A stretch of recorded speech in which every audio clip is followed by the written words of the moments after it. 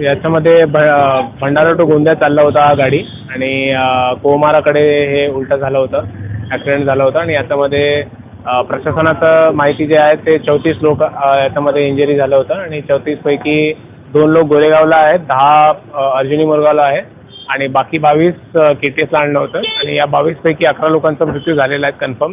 बाकी लोकांवर आता सध्या उपचार चालू आहे. याच्याबद्दल आता विस्तृतपणे माहिती ते उपचार चालू असल्यामुळे मी याच्यामध्ये काही सांगत नाही, पण आतापर्यंत जे आहेत माहिती ते 11 लोकांचे डेथ झालेले आहेत.